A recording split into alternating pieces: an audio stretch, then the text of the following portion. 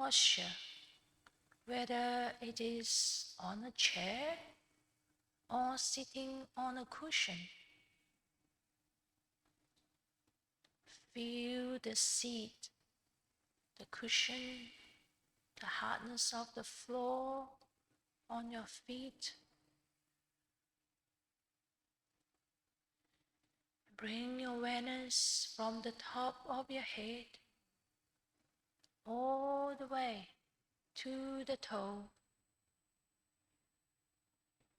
and gently, slowly and quietly remind yourself to relax. You even can move a bit of your shoulder.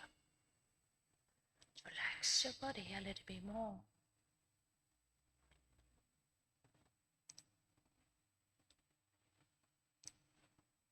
And stay in the moment, in this beautiful, quiet and peaceful space. And gently whisper to yourself, relax.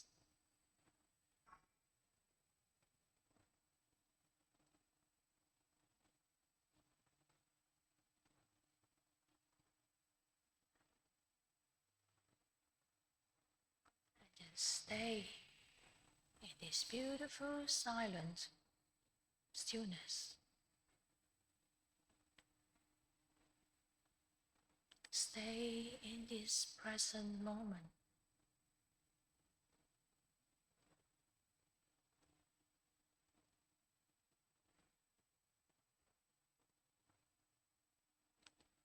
If you wish to, you can rest your awareness on your breath.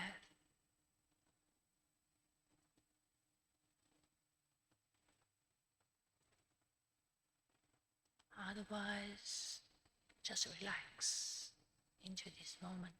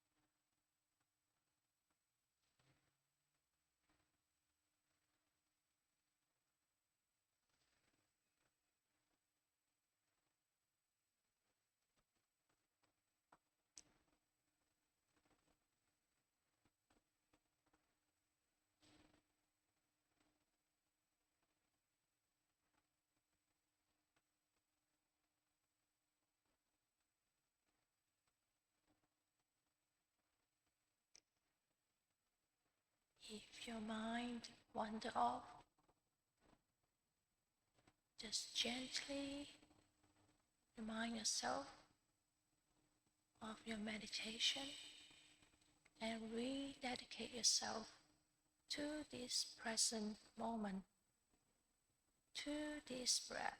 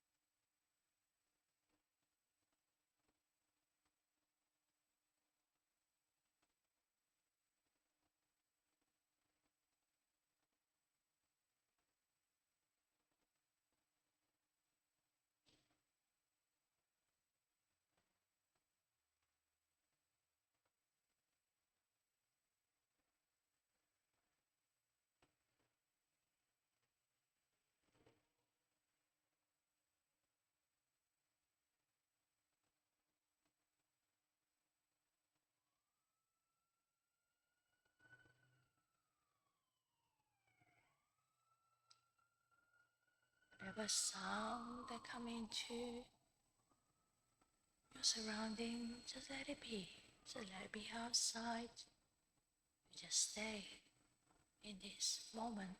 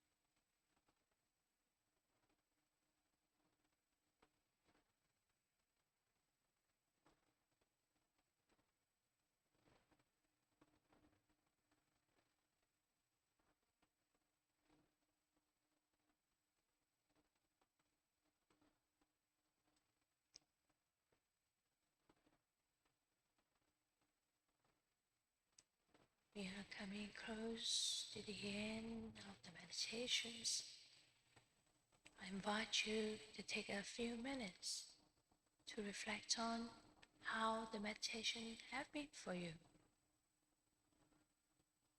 What are the causes and conditions that lead to peace and stillness for you?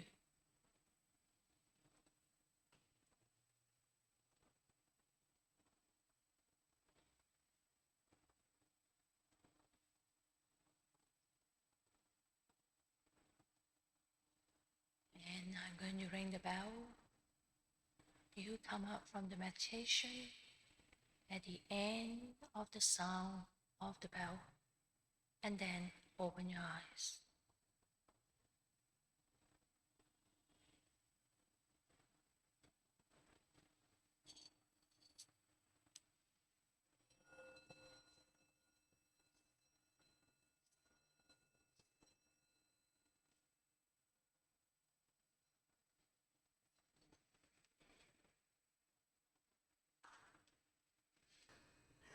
And good evening, and thank you. Welcome to everyone, and thank you for having me here this weekend. So we had me whole weekend, but I'm delighted to be here. So I just arrived last night, quite late. So thank you for a few people that came to the airport to pick me up. And I'm going to start by saying Namo Tassa 3 times. Namo Tassa Bhagavato Arahato Sama Sambuddhassa. Namo Tassa Bhagavato Arahato Sama Sambuddhassa. Namo Tassa Bhagavato Arahato Sama Sambuddhassa. So all of you will know the one I'm going to talk about. And I think it's a very important topic. So the title of the talk is talking about taking a pause, taking time to stop.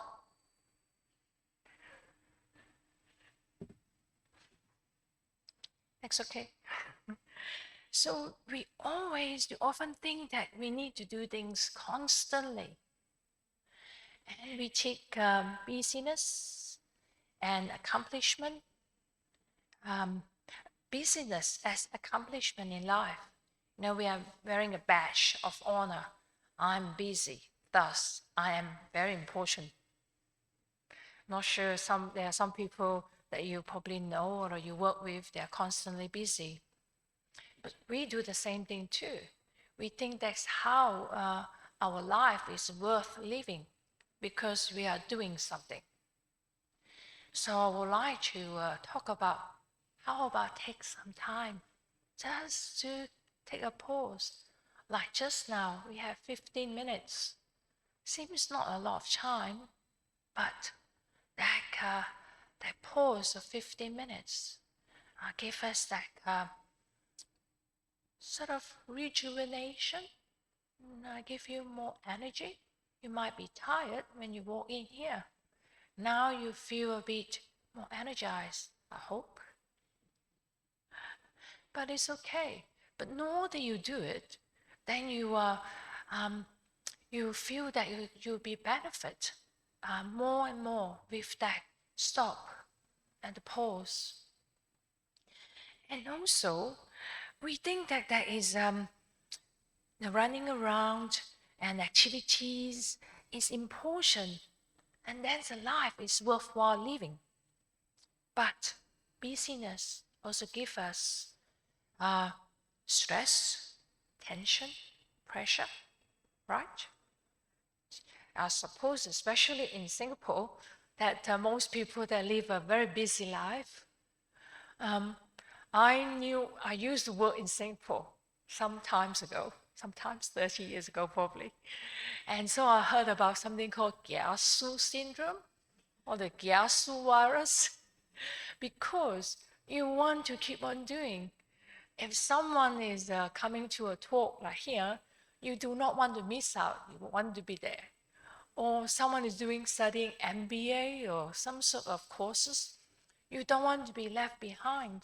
You want to be sort of as good, well, if not better, than everyone else. So that's why we keep on doing something. Even by attending retreats. It is interesting, isn't it? And someone told me recently, a few months ago, they say they took a few months off to spend time with their family. And it is like also act as a transition for them because they finish one job, they're going to start another job. So they just purposely have that time to relax, to have time with family, and for them to recalibrate their life. However, what they end up doing is they drawn up a schedule. So morning, they'll go to yoga. Afternoon, they will make sure that they spend time with family or their children, either going to cooking, going to shopping, or baking, whatever. And then in the evening, they make sure that they will sit down, listen to a talk, or meditate. It sounds fantastic, but the schedule is I'd say a problem. You can plan, but that make them really not really relax into the moment, because they think that they must have a schedule so they do not waste their time. And they can't, it is worthwhile, make their time off worthwhile. And as I say, that you end up feeling tighter or more stressed because the pressure, you must do yoga or Pilates in the morning. Afternoon, you must make sure that you spend time with your family. And at night, regardless of what, rather than relaxing into the moment, you must make sure that they will listen to a talk or meditate. And so I'm going to tell you my own story. I'm going to tell you a story number 2 first before I tell you my story. Someone told me, and not someone else told me the story. As a nun, you get to listen to lots of stories. So I can share with you lots of stories. So someone told me that they work very hard. They don't have time to go to take lunch break, to have breakfast or lunch properly. And they don't even have time to go to the toilet at work or something. It's not that the pressure from their company, but they are so focused and they really interested in their job, and nothing wrong with that. This is a sidetrack I'm going to share with you. I used to work in the pharmacy, and we don't have a proper, in Singapore, I worked in Singapore before, about 3 years. I spent 3 years in Singapore working in the pharmacy here. But in Australia, in Perth, that's where I come from, we don't have the pharmacy, we don't have a lunch break as such, because the pharmacy cannot open without a pharmacist formally there. So only, of course, I was just in between, just eat in between. But I love to go to the toilet. When the person told me that they don't have time to go to the toilet, I'll make sure I go to the toilet. That's the 5 minutes, because in the pharmacy, in the shopping center, the toilet is not inside the pharmacy. You need to walk outside and go to the shopping center. That's the time I can close the door. No one will ask me any questions. I have 5 minutes stop. So it made me laugh when I heard this person telling me that they can't go to the toilet. I thought that is my favorite place in the past. Because in pharmacy in Australia or in Perth, you need to get all your prescription from a pharmacy.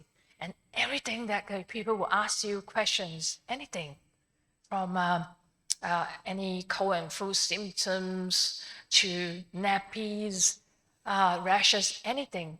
So there's only time that I don't need to answer any questions. I don't have any questions to ask. Nobody asks me anything. It's in the toilet.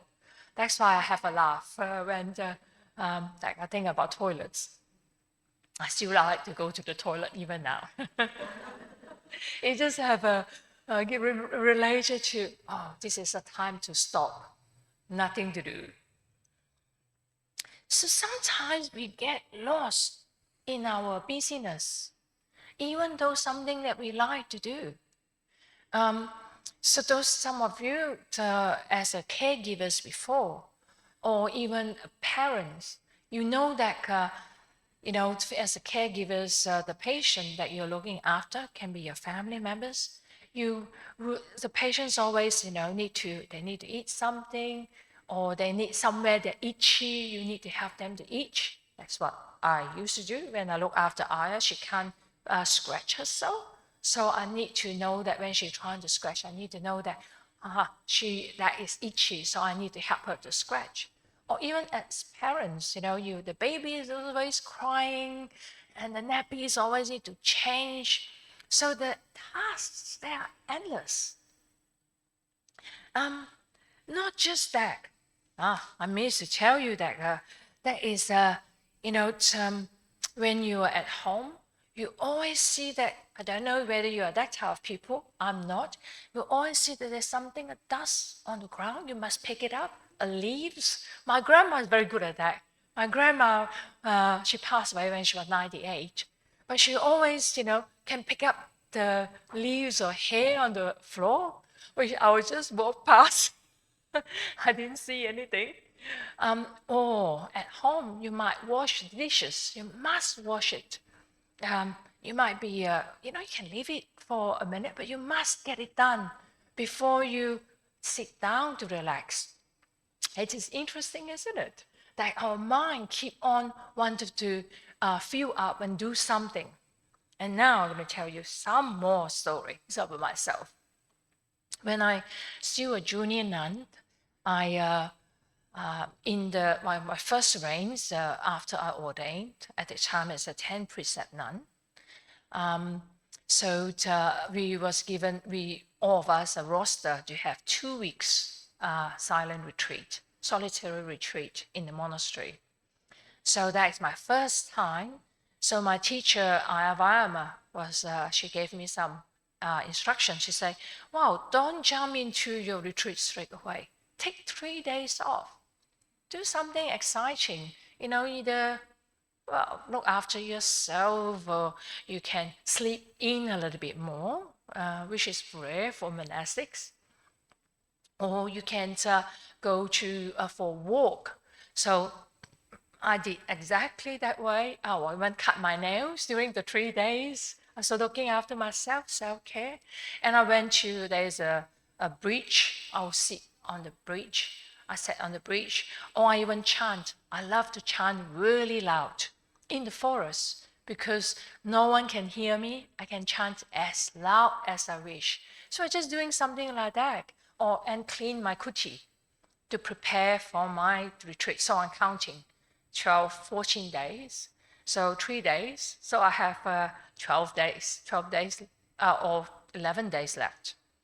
And then once the 3 days finish, the mad rush hit me. So I just count, okay, I must sit how many hours in the morning, how many walking meditation, in the afternoon, how many hours I must sit, and at night, I'm counting every minute, every hour, every second of it. Because that's my first 2 weeks retreat. I don't want to waste my opportunity, don't want to waste my time. So I must say, especially say, wow, I ordained as a nun, now I give up everything. So I must give it a good go. So that's what I did. And instead, to me, even going sit down, have a cup of tea is an interruption, is a disturbance to the meditation practice, a disturbance to my retreat. So we used to the kuchis in the forest. Those of you been to the monastery, so we need to walk down. I was in a quite considered a time far away kuchis. So it took me, I counted probably 15 to 18 minutes to walk down to the main area to collect my dana. That is a disturbance. Taking a shower or sleep. So I keep on sleeping less. So at the end of the 2 weeks, instead of relax, into being still, I was so tense and so stressed out because I was keep on trying to doing my meditation, keep on trying to make sure that like a schedule. I didn't make a schedule, but in my mind already make up a schedule because I keep on counting. So you can see that how important is it to be relaxed into the moment, take time off, stop.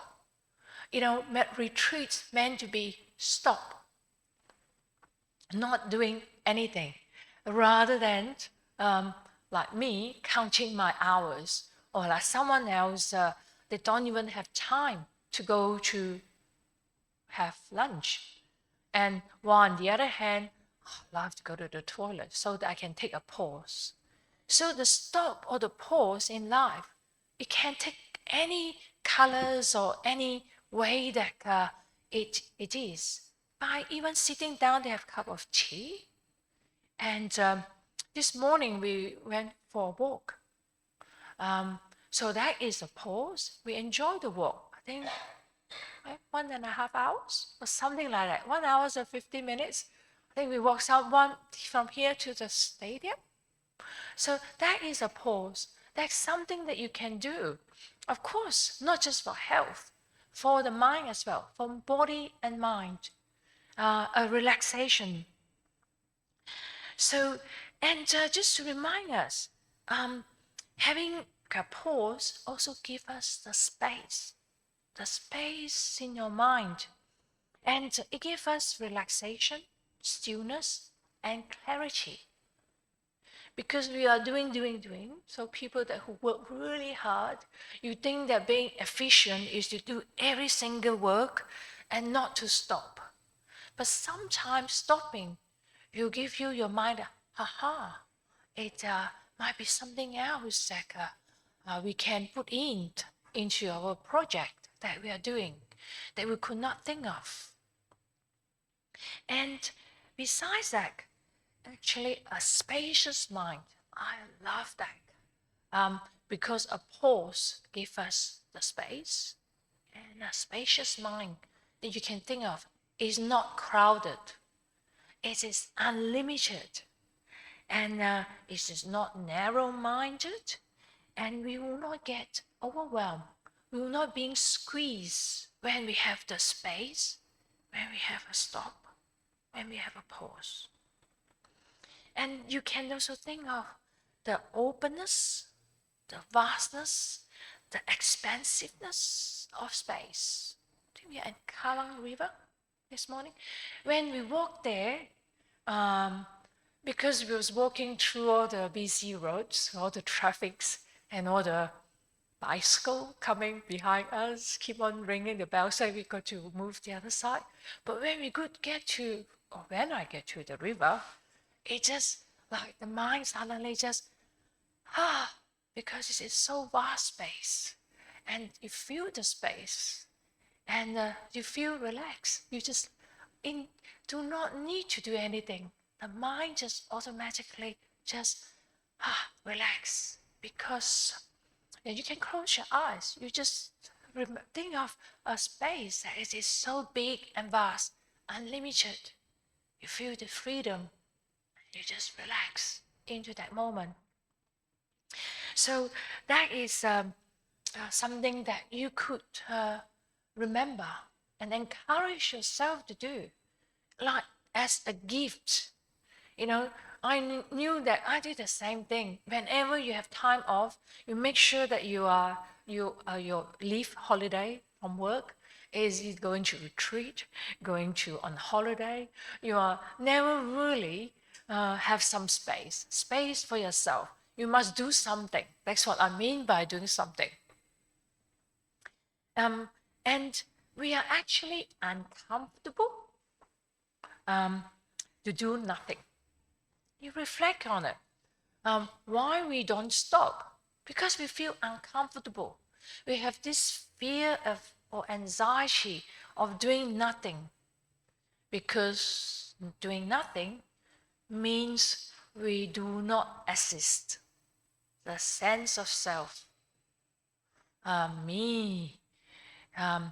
So that's something that we can't reflect on, investigate.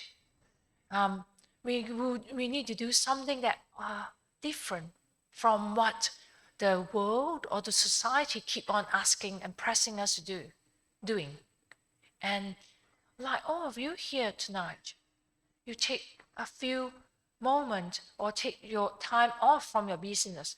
I know you can say that, just how I say, you can make sure you come here because you don't want to miss out, so you can doing the practice. Or your attitude can be, this is a time I spend time with friends, I relax, doing nothing, enjoy the aircon, the peace and quiet here, and no one is safe, and no one will come here. Well, I love my teacher, Ayya Vayama, used to say, no one is shooting at us, which is true. You're safe. So this is your pause. Unless you are the other person that I was talking about doing, you can't miss out. There's a talk, I must go. I must go to BF. It's not that you really just want to be here. You think that it is enjoyable and nice to be here, but you do not want to miss out the 𝐾𝐲𝐲𝐚 syndrome again. So you are the one who can reflect on and be honest with yourself. Why you're here? Is it just because you don't want to miss out? Or because you want to take the pause, take a stop, give yourself this gift of space? It's interesting, isn't it? And also, do not be afraid of giving yourself the me time. As I said just now, earlier, we are not comfortable in doing nothing. And we do not let ourselves to have time for ourselves, for me time. Do you ever take a day off? I knew someone did, for your birthday. And just do something that you think that is special for you. So there's something that you can consider. That is a gift of me time. And in certain tradition, I think there's no Sri Lankan here, Vesak Day is very important. So in the Patacara community, there's some Sri Lankan in the community. To them, it's very important. They took the day off. So we have a meditation day on the Vesak Day itself, the exact Vesak Day. We don't do it over the weekend at Patacara. So the exact day. So people will take that day off for themselves, to honor the Buddha, to follow the instructions of the Buddha, to meditate, and to listen to the Dharma. And of course, it takes extra effort because you need to take the day off. Instead of doing something else, you spend the day doing nothing by going to the Hermitage or the monastery or the Buddhist center. But that is the way that they say to themselves that Vesak is important to them. Spiritual practice, practicing on the Eightfold Path, is special to them. That is the way that they take a pause. They honor the pause and the stop is something that they wanted to do. Not because everyone going to the meditation day, I must go. But they want to give themselves the space and the special day.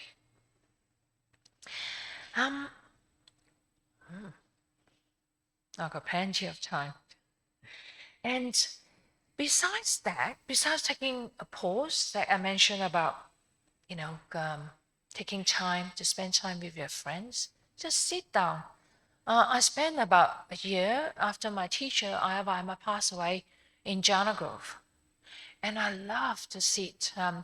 So I stay in the nun's cottage, those of you been to Jhana Grove. And I love to sit in front of the window, especially during the autumn or springtime.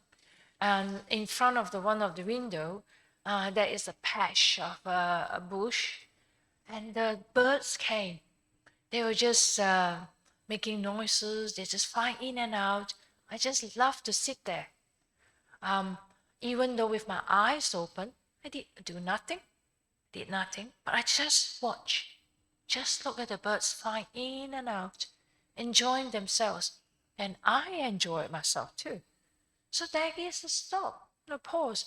You don't need to be like me having the mad rush. So, meditation, I must do it. How many hours? You can't take a break.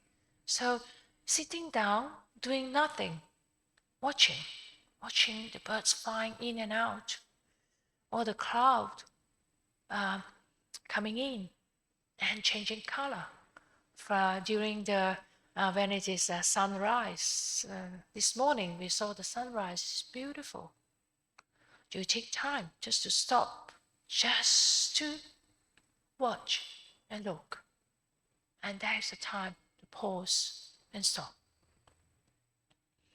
And I'm going to, besides talking about pause, a stop in life, actually pause and stop and space also occurs in meditation. The pause between two thoughts or two words. Ajahn Brahm loves to give this simile, so I'm going to repeat that, okay? Okay, you just listen to me. Hello. I am Ayya Seri. And you see the pause, the stop in between? The same thing with your thoughts. People always, a lot of questions asked about, how do I stop my thinking? You need to pay full attention to your thinking, because there's always the pause, the stop between one thought finishes, so arising and passes away, before the next thoughts coming up. That is the pause. That pause of thinking, that is the space. You can, one of the ways, one of the meditation is you pay full attention in this gap. And then you notice that is the space. And that is the pause. That is a stop of no thinking. We think that we keep on thinking because we haven't paid attention to the gap. I'm going to read out a sutra. I'm not going to read out the whole sutra, just to read out the sutra that's relevant to what we are talking about space. So this is in Majjhima Nikaya. You know Majjhima Nikaya? All of you know that is middle-length discourses. Number 62 is Rahulo Vada Sutra, the longer advice to Rahula.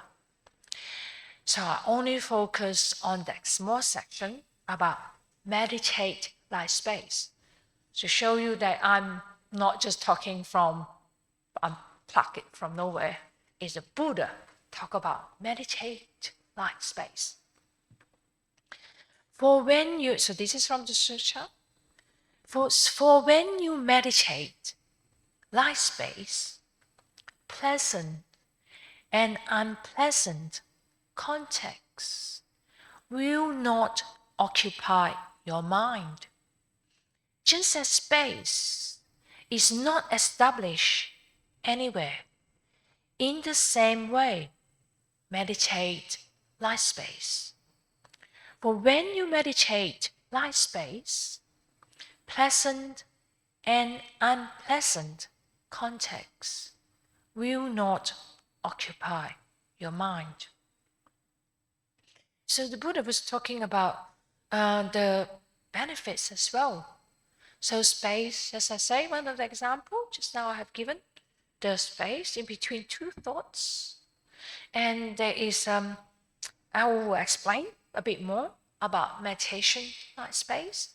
And one of the simile is when I mentioned about just now that we are in the river.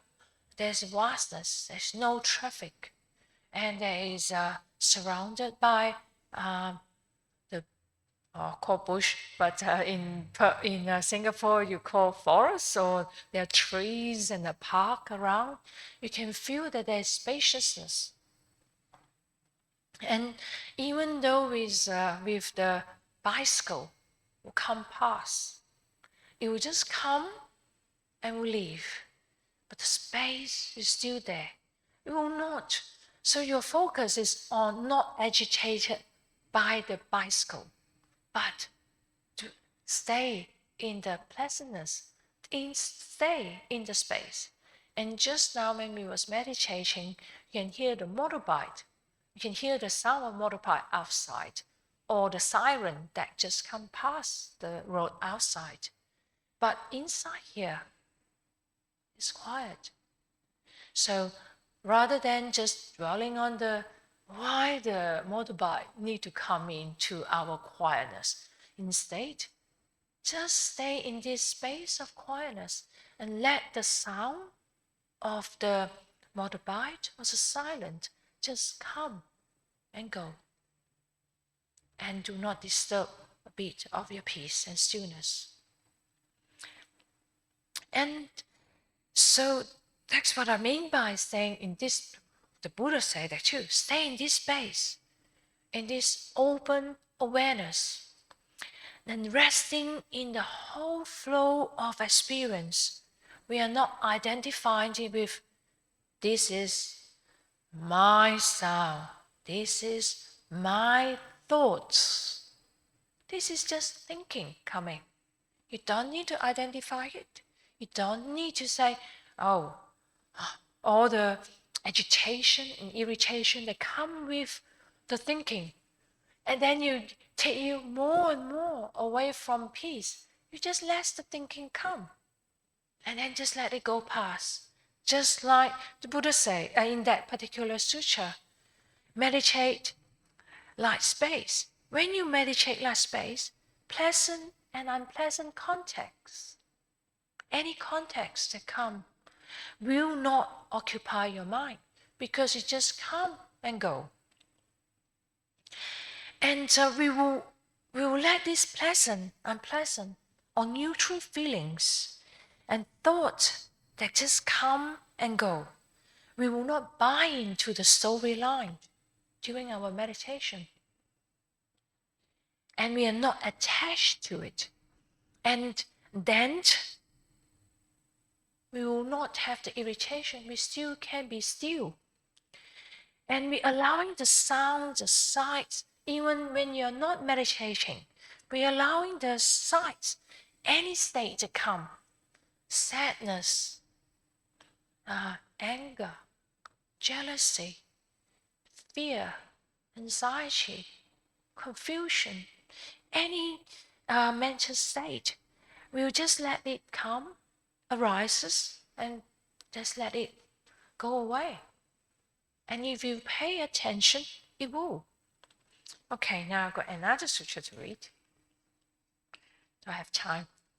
I always run over time. I better be aware. So there's a sutra in Samyutta Nikaya, which is the connected discourse, or Ajahn Sujato call it the linked discourse. It's called the sky. The sky, so this is in number 36, Samyutta Nikaya, 36.12. And the sutra is called Patamakasa Sutra. So there's a particular word in Pali called akasa, which means sky. And the sky also means space. So when you can imagine that you look up, is it today? So just think, I haven't really spent enough time to look up because I spend more time here. I should pay more attention when I go for a walk again tomorrow if we're going for a walk in Perth. So that's where I come from in Western Australia. Most of the time, I know we have cyclone around at the moment, but normally when you look up to the sky, it's bright blue sky. There's no cloud at all.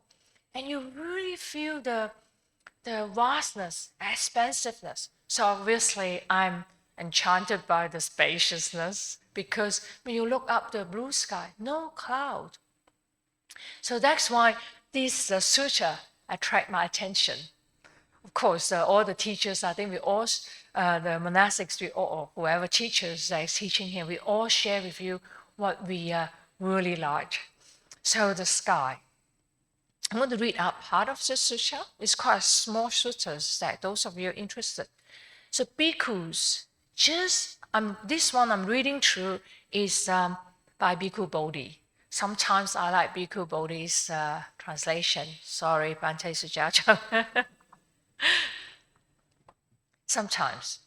Bhikkhu, just as various winds blow in the sky, winds from the east, winds from the west, and winds from the north, winds from the south, dusty winds and dustless winds, cold winds and hot winds, mild winds and strong winds. So too, various feelings arises in this body. Pleasant feelings arises, painful feelings arises, neutral feeling arises. So there's a beautiful stanza. I'm going to read it out. Never mind. Just as many diverse winds blow back and forth across the sky, easterly winds and westerly winds, sometimes cold, sometimes hot, those are the strong and the others are mild. Winds of many kinds blow. So in this very body here, various kinds of feelings arises, pleasant ones and painful ones, and those neutral ones. So just like the feelings arises during our meditation, and thoughts that come in, pleasant thoughts and unpleasant thoughts, irritated thoughts or stillness, whatever that's come into your space, so-called mind space of meditation, just let it come and go. And so is even sitting here. You can, some of you might say, so nice, I enjoy the talk. And someone might say in their mind, what is this Venerable talking about? So this is it. So whatever thoughts is coming to your mind, they're just thoughts, pleasant and unpleasant. Just let it come and go. This minute you might like it. The next minute you say, I like that. Or whatever. So old, now you feel sad because you think of your some family members that who passed away. They came to your mind. But you might feel excited and elated because you just get the promotion. You heard the news of your promotion this morning. So you can see that our mind changes all the time, even minute by minute, if you really pay full attention. So that is what the Buddha talked about. From just taking a pause, is going through the meditation of space, and then go into feelings, not just feelings, whatever, anything that come into our mind or the body, painful feelings, or stillness, things that we like, whatever feelings that they come, I will keep on going. And another part of, so from this, something just a pause, we can relate it to so many things. Another beneficial parts or beneficial qualities of pause or stop is the stop, the pause, allow us to re-establish our mindfulness. Not just that, because we have been running around all the time, chasing whatever that we are chasing. If you know what you're chasing, until you stop, you know that I'm doing this. This is what you want in life? And running around the pause allow us to stop, to recalibrate, to investigate. This is the directions that I want to go in my life? As big as your goal in life, when I was training, I started my training as a nun in the monastery. Ayya Vayama, always one of the things that she brought up is the doorknob, because some of us probably open while you're in the Dharma, in the jhana group before. Some people just open the door and you make a jump because you were meditating so nicely. Someone came into the cottage and banged the door or didn't open or close the door carefully or mindfully. So Ayya Vayama always asks us to stop. So you can practice that as one of your mindfulness practice.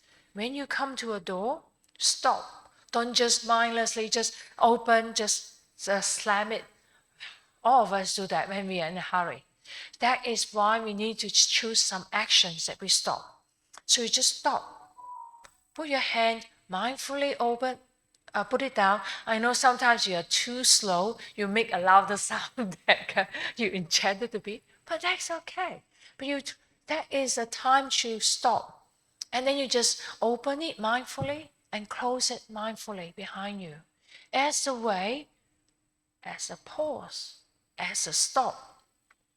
Then you do that same thing in life.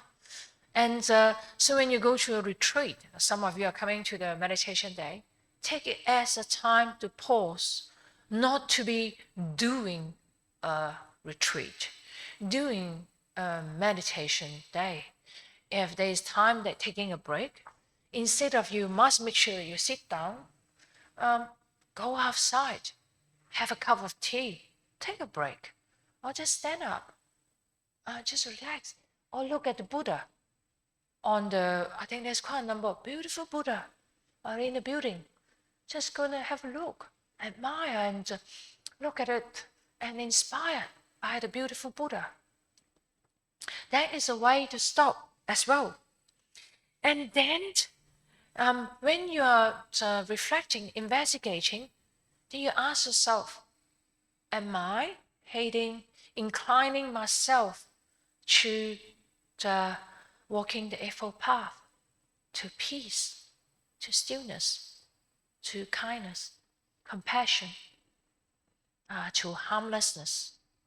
That's something that only when we stop, we have the opportunity to ask to ourselves. There's no right or wrong answer. This is up to each one of us to investigate. More to share. I might not have time to read out the whole sutra. There's a sutra which is the one before in Majjhima Nikaya number 61, called Ambala Tikara Rahula Vada Sutra, the advice to the Rahula at Ambala Tika by the Buddha. So pay full attention. Whenever the Buddha gives advice to his own son, that's something that's very special. I'm going to read out a bit of it. I think I got it somewhere here. Actually, I got so many papers. I don't know how to use a slide. Someone asked me, do you have any slide? I say, no, I don't know how to. I do know how to operate computer, don't get me wrong, on Zoom, but I don't know how to do a slide. So I printed out from, I think this one probably also from Bhikkhu Bodhi.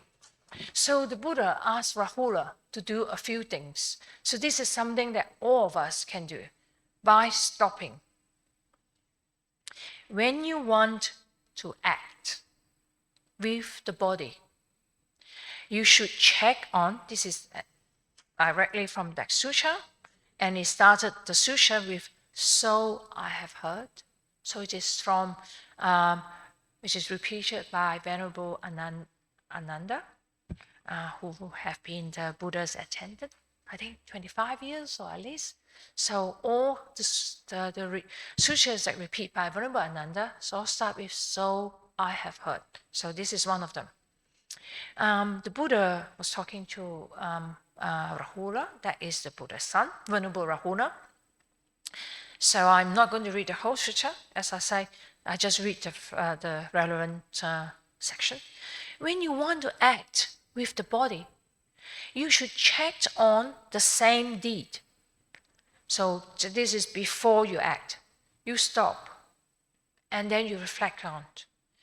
Does this act with the body that I wanted to do lead to hurting myself, hurting others, or hurting both? Is it unskillful with suffering as its outcome and result?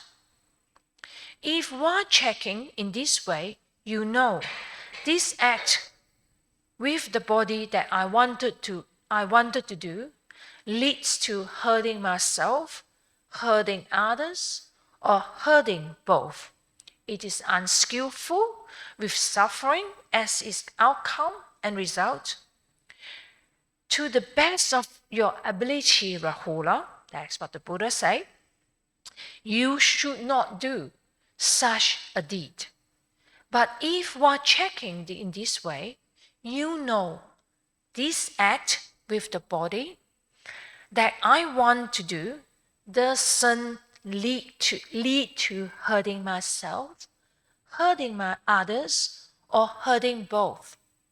It is skillful with happiness as its outcome and result, then Rahula, you should do such a deed. So this is before you do it. So I will not read out the whole thing. So the second one is why you are acting. Why, even though while you're doing the action, you should stop and check on that. So same asking yourself, what I'm doing? Am I doing this? Hurting myself or hurting others? Is it skillful or unskillful? This allows us to have the time to change our course of action. If it's making bad karma, it can still stop us from making the bad karma. But if it's making good karma, say, okay, continue to do it. And the third one, after you have acted with the body, you should check on the same act. So you need to stop. You can't just, that's why it's so important to pause. You need to stop and to check, what I have done just now, is it hurting myself or hurting others or hurting both myself and others? Is it skillful or unskillful?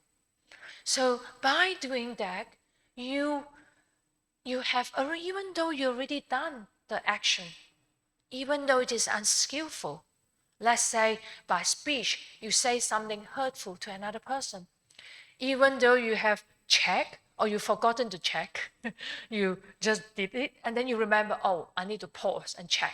But you already done it. You already say something horrible. But you still have the chance to say, approach the person, say, I'm sorry. I say something unskillful to you. Please forgive me. Rather, you go home and then the whole karma kick in, and then sometimes later say, you say this, I said that. That's why taking time to stop or pause is so important. That allow us, first of all, not to act if we can stop it, but we need the mindfulness to be there to stop us from doing it, from reflecting, from stopping, mindfulness to stop, to reflect on it. And then while we are doing it, we need to have the mindfulness to stop, reflect while we are doing it. And then after we have done it, we're still able to ask to stop and reflect on it. As something as drastic as, I don't know, you are so angry, you're in an argument, you pick up a knife, you don't know. When you're angry, you know that lots of things happen. That's why when you're angry, you might pick up something. Might not be knife. You don't even know what it is. Our hate is too loss of our mindfulness, and we don't know what we are doing, confusion in that state. You just pick up something. If we practice this stopping, this pause enough every time with small things, so when big things happen, you just say, hang on a minute, what I'm doing, what I'm picking up in my hand. That can stop us from making further the karma action to continue. Even while you are doing it, the person can still stop. You might say they are already, let's say, injured or hurt someone. You don't need to pick up something, you just hit someone. While you are getting so angry, you still can stop that action. We know why you're doing it, even after you've done it. Stop and knew that you did it. Go to the police. Take this person to the hospital. You know, you heard, I don't know about Singapore. There's a lot of cases of people driving and involved in an accident. After they hit someone, they didn't do it purposely, but they hit someone, they frightened, they panic, they run away. So they're making more bad karma to be able to stop the car and say, oh dear, that's what I did. Stop. Report to the police. Call, have that courage to stop and to help this person as your priority. Harmlessness, skillfulness as your priority. Report to the police. Take this person to the hospital. And then just deal with whatever consequences that come. Have the courage to bear the consequences. Then next time, we will stop before we do any action. Let's say, don't drink before you drive. So all those things, from something as small as pause, stopping, can lead us, help us in our life to cascade into something that you cannot stop. Bigger mistakes that we make, actions. I'm running out of time, but I still want to share another story. That's okay. I was told that most people don't do a Q&A, so you listen to my talk. One more question. Actually, quite a lot of story I can tell you. This is my favorite. All of you will know about Angulimala. I think that is in Majjhima Nikaya 86. So it's not a story, okay? It's real from a sutra. So this is Angulimala Sutra. And I've just jumped to the place. I love that.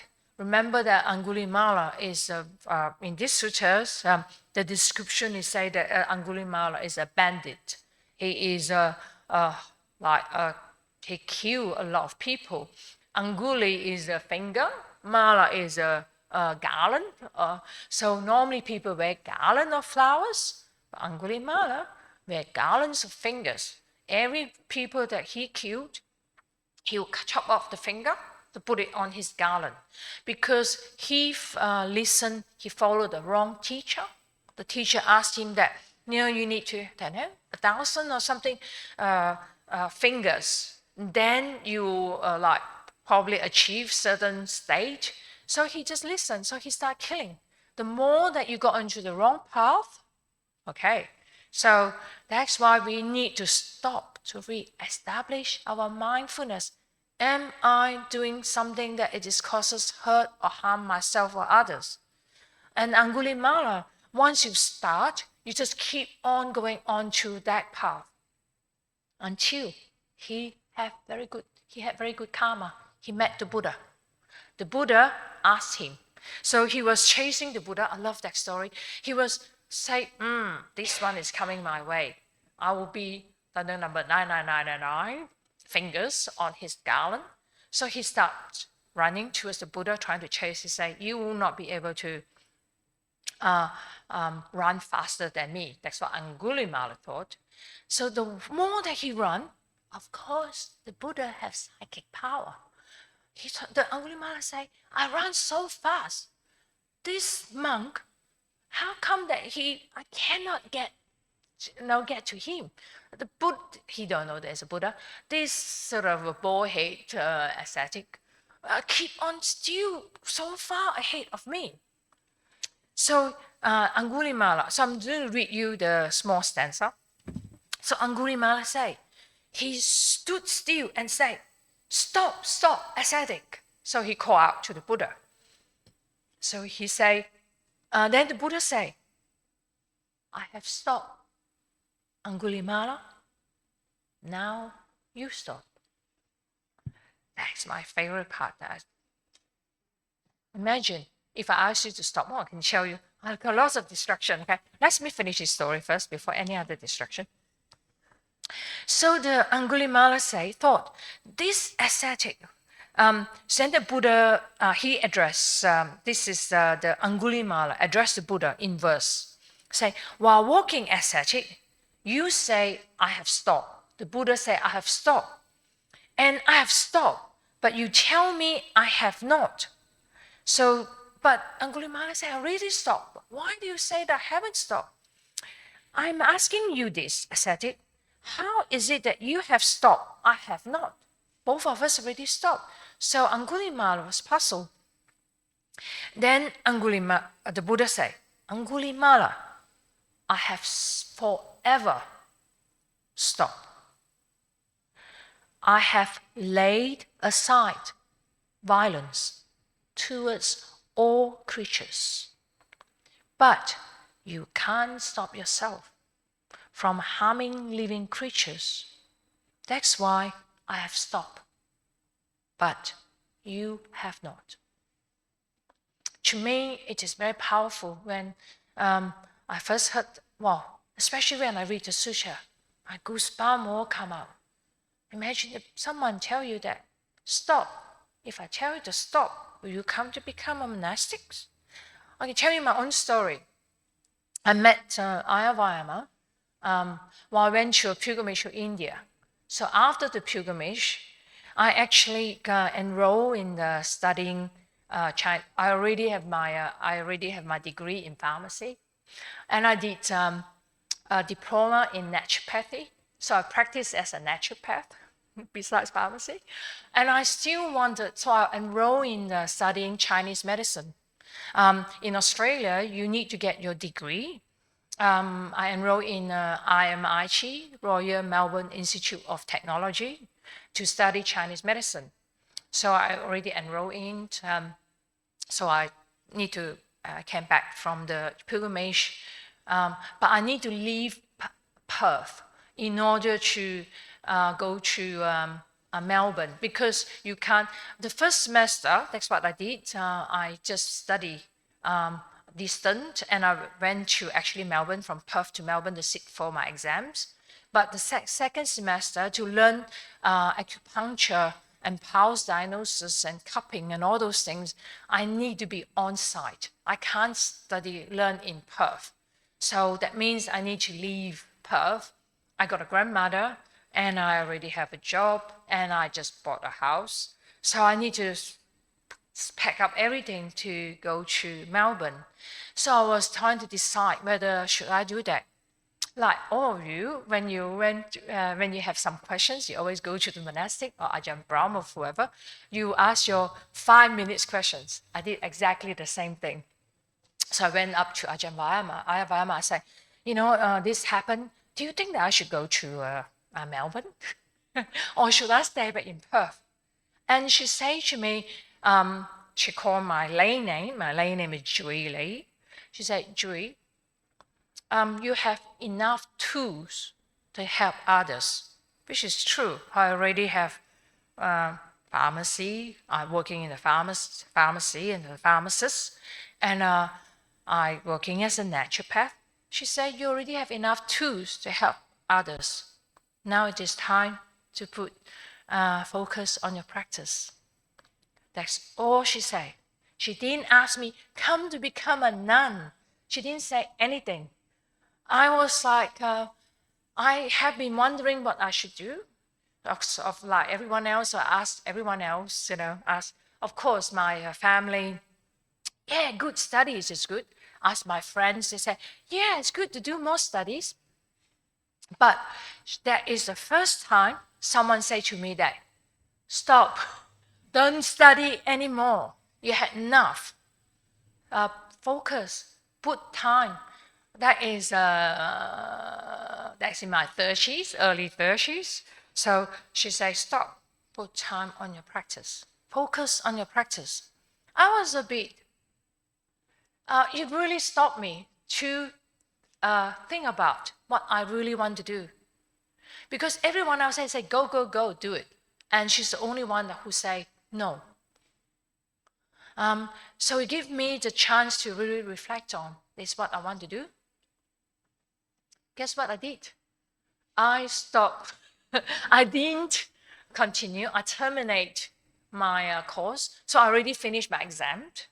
I flew to Melbourne, stayed there for 2 weeks for my exam, came back, and I actually terminated my course. And I went to see her, and I get some application form to apply to be anāgārika. So there you go. That's why when this stop, pause, really resonate with me. And of course, I have to do a whole thing. There's a few people apply to, I don't know whether I get in to be anāgārika. And when she told me, I think I'd got to wait till 6 months later that she closed the application and she advised people that whether you can come. And I have to apply unpaid leave because there is only 6 months. Initially, it's 6 months. At the time, the system, it changes now. At the time, I have to spend 6 months as a lay person in white, keeping the 8 precepts in the monastery for 6 months. Before even to shave my hair, to wear the white robe, to be a formal anāgārika. At the time, you need to do 2 years. So there's no Bhikkhuni Ordination. So it's a 10 precept nun. So I need to spend 6 months. So I went to see my boss saying, I'm going to take unpaid leave. Even though I'm not quite sure I will stay on, somehow deep down, I think I will stay. But I still went to see my boss. I said, either you give me unpaid leave, or I'm going to resign. Unpaid leave for 6 months. That's what I asked for. I actually, in Australia, to be a naturopath, I still need a license. So I actually terminate my registrations as a naturopath. The fact that I didn't think about it, but the fact that I took the action just to terminate my naturopathy registration, so I think I knew that I would stay on. But even though I say I try it, I told my family, I said, I'm just trying. Don't worry, it's not definite. And of course, I didn't do that immediately with pharmacy because pharmacy is the same thing. I need to register, we need to pay, insurance to be practiced as a pharmacist as well. So I didn't do that in pharmacy yet until I have my 10 precept non-ordination. I was told that I can't keep my registration. You can't keep one foot in and one foot out. That's what Ayya Vayama told me. If you practice, you need to fully commit yourself. Okay? I can't tell you any more story. It is past. Actually, no, I want to read out one more. This is a poem. This is, most of you understand Chinese. I didn't have my Chinese book here. This is a poem that from one of the book. I didn't even have the name of the book called Emptiness. It is consists of all the poems of the nuns, but this is the current one. It's not the Buddha's time. It is in China, the nuns. I love it because we always thinking that, the enlightened or the well-practiced nuns only occurs in Buddha's time. Of course, I'm biased being a nun, so I need to read out the poem of the nuns. You don't ask me about there's any poems of the monks. I didn't do the investigation, okay? So you got to ask other monks who will investigate for you. And someone give me a book. So this is by Venerable Plum Blossom. I'm sorry that I should have kept my Chinese translations. I have the book at the Hermitage. This is by Venerable Plum Blossom, nun from Sui and Tang dynasty. So it's new, year 581 to 907. So it's not Buddha's time, So this is the poem. The entire day I searched for spring, but spring I could not find. In my straw sandals, I tramped among the mountain's peak clouds. Home again, smiling, I finger a sprig of fragrant plum blossom. Spring was right here on these branches in all of its glory. I love this poem. It reminded us that, we search for enlightenment, stillness everywhere. All we need to do is just stop. It's just in front of us. But we need to keep on going, go from Singapore, go from BF, all the way to Singapore, out to the space, to look for enlightenment, look for freedom, liberation. But just right here in our heart. Just like this Venerable. He says, spring was right here. I walk around. It's straw sandals. If you can imagine, those of you, because of background, you can imagine that the straw sandals that the monastic wear in the olden days. And she just walked all around all the mountains searching for spring. But only when she arrived home, she said, home again, smiling. But it's just in front, just here. I'll read it one more time. This is the end of the sessions, okay? Before you ask questions. The entire day, I searched for spring, but spring I could not find. In my straw sandals, I tramped among the mountain peak clouds. Home again, smiling, I finger a sprig of fragrant plum blossom. Spring was right here on these branches in all its glory. You can imagine that. Just like you're travel all around the world, you got this beautiful, vast Kallang River. Half an hour away from here. Half an hour. Sometimes somewhere around half an hour away from here. You don't even need to fly anywhere. It's just here. Okay, I offer this for you to share with you for your investigation, and may the sharing of Dharma with you lead all of us to liberation and freedom. Sadhu, sadhu, sadhu. Time for questions. Anyone with questions, you can raise your hand or come. Don't be shy. Thank you, Ajahn. I came to see you today because I knew you were a caregiver for Ayya Vayama for a long time. I missed the opportunity to visit when I was in Perth and she was still alive and you were her caregiver. So I just wanted to find out how you manage your practice while you were a caregiver, because I heard you had to do a overnight, you were watching over her, and I wanted to learn how you did that, because it's like, as a mother, I have 2 kids, I'm a caregiver, I'm also an only child, so eventually the top of the sandwich will come on top of me as well. My parents are still healthy, but I know it's coming. So I want to know how you are still keeping your practice at a time, but not like that kiasu thing. I need to do everything. I need to send my kids for class. I still need to go and, do my practice. Maybe I need to go and read some suttas. How do you manage your practice in a time where you might not even have much time to sleep? I find that very difficult. So I struggle a lot right now. And I think that's also a struggle a lot of parents face? Yeah, so I would like to hear from you. Yeah, thank you very much. It's a very good question. Remember that practice is not just sitting on a cushion. We always think that practice is only sitting on a cushion. Meditation, right stillness, sama samadhi is only one of the Eightfold Path. There's still got 7 paths. And we sometimes forgotten that, we think that practice is just sitting to the cushion or just listen to the talk. We need to put everything into our practice.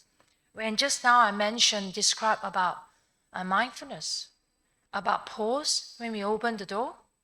So we can put everything that the tools that we learn in our practice, in everyday life. Then it will not become practice is a chore. Sometimes we take practice as a chore. Only I have time. I must admit, yes, I don't have much time. I'm very lucky. I'm wearing the robes. Because that reminds me again and again about Buddha, Dhamma, and Sangha. About keeping the precepts. You have 5 precepts. So that is one of the things that you can put in all your awareness into. Even though you have time to meditate, you have plenty of time. So the keeping the precepts, that's what I remind myself as. Otherwise, during the time that I was looking after Ayya, yes, I'm a 24 hours carer. Sometimes I only have 1.5 hours sleep. And when she was really sick, I'm very famous. I'm now getting better. I'm famous with, I used to give precepts as well. People come for dana, I can fall asleep in between one precept to another because I was really tired. And I remember some of the volunteers was laughing at me just recently because they came to help me to we do personal care. I will be halfway cleaning and changing Ayya. I just knock off, like close my eyes. I slept. I fell asleep. Not long, just that 1 second or 1 minute. One cannot be 1 minute, okay? Because someone got to hold her up. 1 second. But all these other things that you can do. That's why I say, remember that keeping your precepts is very important. So being harmless, why you are doing that? I remind myself, I talk to Ayya Vayama a lot about, looking after her. And one of that is I knew that she got no one else. If I don't do it, she'll need to end up in a nursing home. And there's one thing. So I remember that out of kindness, she's those of you might not know who is Ayya Vayama. She's born in Australia. She was born in Australia, in Sydney. So she's Australian. I only met her when I in monastery. So like you meeting me now. So it's not that I do not have any relationship with her, but once I ordained, I'm very grateful. So I remember that. And the other thing is, I have a talk with Ayya Vayama because people always say to me, Ayya, how about loving kindness to yourself? You need to look after yourself. When I have a discussion with Ayya, we say about, this is loving kindness to myself, looking after her. For me, it might be different for other people. Loving kindness because this is a way that I see it as a way that I chip away the sense of self. I need to go to meditation retreat. I need time to sleep 8 hours or 6 hours a day. I need time to sit down to meditate. I need to do this me, what I want. As a mother, those of you are mothers, and some of you are caregivers as well. You know that there is no way the kids will not wait for you. That is your offering to your kids. That's your offering to your aged parents or your sibling, whoever that you're looking after. So you see it as one of the ways that you're chipping away your sense of self. Of course, always is best. You can strike a win-win situation. You can look after and have some time off, but sometimes you couldn't. I wasn't always only sleeping 1.5 hours. Only last 6 months, especially when she was into palliative care, that she's very critical that I have lesser hours, because nobody will be responsible. Even we have carers. We have 24 hours care. So in Australia, we have something, a scheme called National Disability Insurance Scheme. So she had that. So the government pay for 24 hours carer. Still not enough. You need another person. So that is something that you can consider why you're doing it. So I'm aware why I'm doing it. And I actually promised her that I will be there when we have a chat. I say, I will be there if I'm still alive. So that's something that you got to consider. And you know that there's a practice. What you are doing, now I reflect on that, I'm very happy. I have no guilt. I'm very delighted that I have I used to say to Ayya Vayama, I say, please drop that. She very appreciative. It's wonderful of what I have done. So what I was doing for her. So I say, drop that into my Nibbana bank. Which is true. What I want in life as a nun, the practice all the way until Nibbana. And there's someone in front of me that's sick. I didn't plan to be a carer, okay? I never have kids in my life, never married, so I can't even change a nappy. Once I need to learn how to do it. And so all those skills, lucky that I used to be a pharmacist, so I very good in learning all the machines, so I need to know how to use this cough assist machine. Those of you might have heard of the name, cough assist machine, or breathing machine, or there's something called BiPAP machine, which is similar to CPAP. So I need to learn that. She had tube feeding towards the last few months of her life. I need to learn how to do that. And then, so that part, it come from the medical background, allowed me to learn all those skills, pick it up quickly. But I don't know how to do care. So as I say, I have to learn. I never changed the nappies in my life. Haven't seen, because I haven't have kids before, but I have to do that. So learning that, also you need to be humble and really look at all those things, and just need to do whatever need to be done. I do the showering and all those things. Imagine, I think my family will not imagine that I can do such a thing. So another distraction. I was in the monastery and we have a cat. A cat that just came to the monastery. So we took the cat for, I think she passed away now, for a surgery. So all of us, the nuns, take turn and stay in a Sangha room. Like the Sangha room here, we have a Sangha room to stay with the cat because she's not allowed to walk out. And we have to put a tray. Don't know where any one of you know cats. So we have to cat trays to poo or urinate onto the tray because she's not allowed to do it outside. Guess what? During my voyage, the cat poo inside the tray. I still remember, I said, oh, I don't know how to clear the say, someone please clear. And then I need to shower, do all the personal care. So you can see that how you really need to humble yourself and to learn whatever needs to be done. That is a practice. To do something that is hard for me.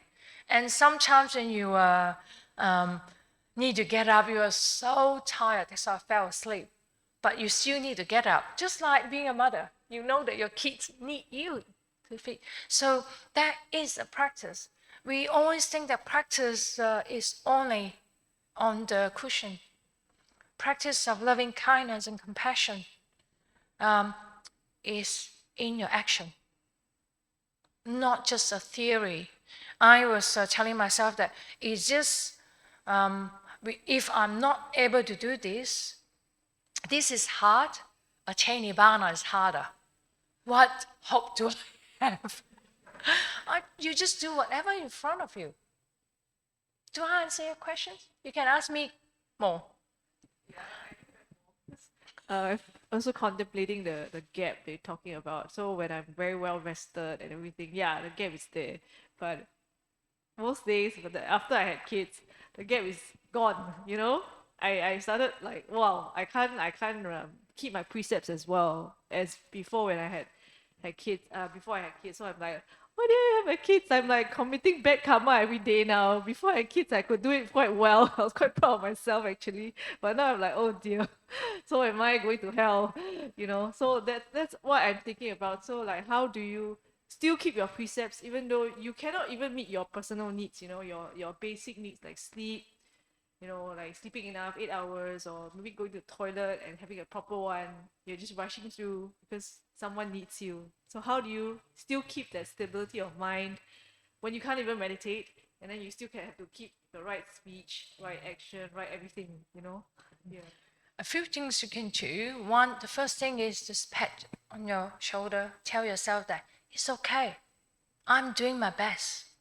Don't be too harsh on yourself, because you are offering to your kids.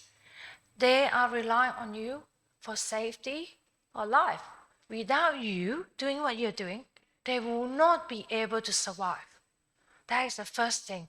Look at it. You are actually practicing compassion. You might say, oh, this is because they're my kids. Not true. I read lots of stories about the mother just run away, or they take drugs. I think quite a few years back in Australia, I don't know the news in Singapore, there's a mother that she took drugs or get drunk. So she was sleeping with the kid. She turned around, she sort of slept on the kid.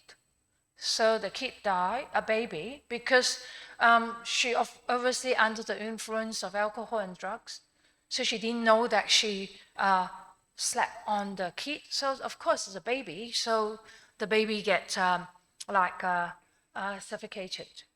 So that you didn't. So you got to give yourself the benefits that.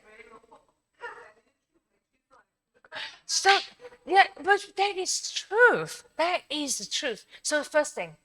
Second thing is you taking pause, taking time off.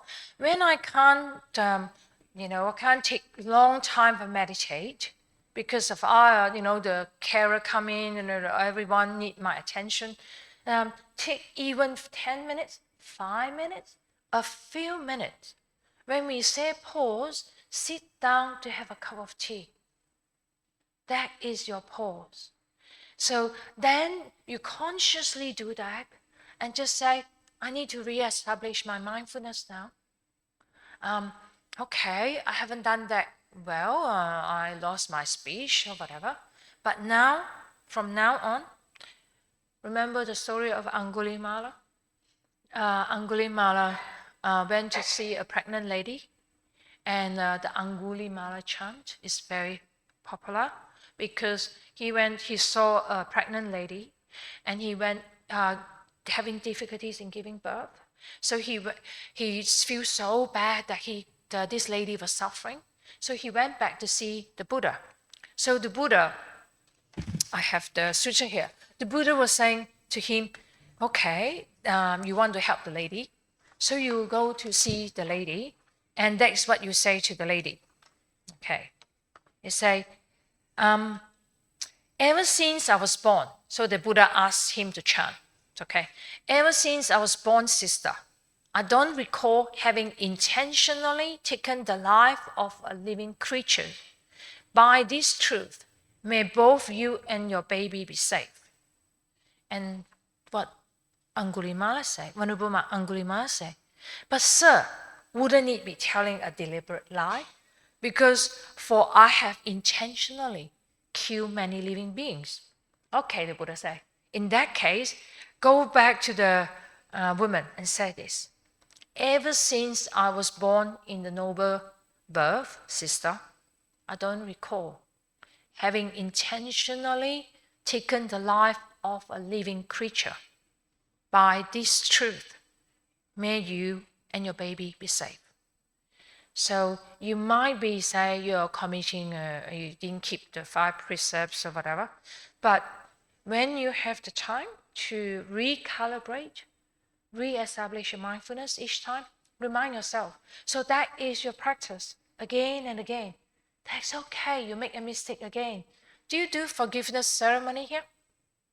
Do you have forgiveness ceremony? No. Okay.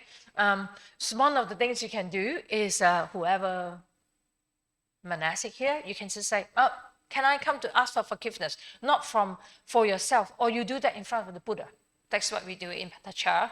So you kneel down, ask in front of the Buddha, say, may whatever I have done by body, speech, and mind causes hurt or harm any beings, may I please in front of the Buddha ask for forgiveness. And you say the same thing. May whatever beings have done hurt or harm me by body, speech, and mind, may I, in front of the Buddha, may I forgive them. As you practice, you just doing again and again, remind yourself, all right, I made a mistake. I'm going to start again. That's why I said, pattern yourself. You have the awareness and mindfulness that you can ask the question. Many thousands, millions of people doing that every day. They didn't even know that they are telling lies or angry or whatever. So you are aware of it. That is the first step. First step is to aware that we haven't done it properly, but that's okay. I'll try harder next time. So that is one of the things that you can do. That's why I say, hey, on yourself. That is very true. You can't be kind and compassionate, love other beings. If you don't love yourself, you're not kind and gentle to yourself. You always think that the kindness must be to others first, but actually to ourselves first. So remember that whenever you got time, come here.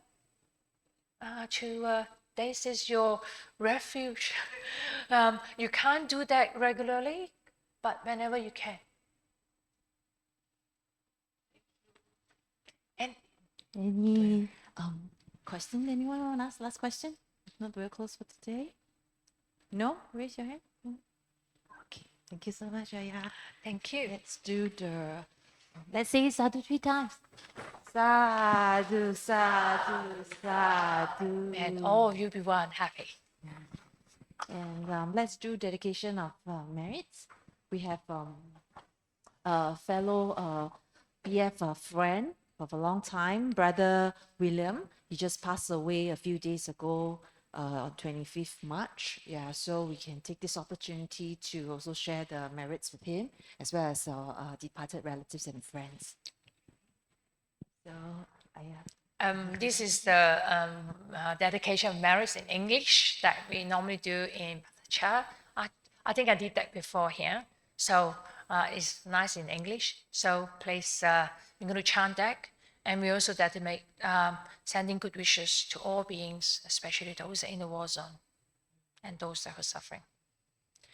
May the merits made by me, now or at some other time, be shared among all beings here, infinite, immeasurable, by rejoicing in this cause, these gifts of merits given by me. May beings all forever live a happy life, be free from hate, and may they find the path secure, and their good wishes all succeed. Sadhu, sadhu, sadhu.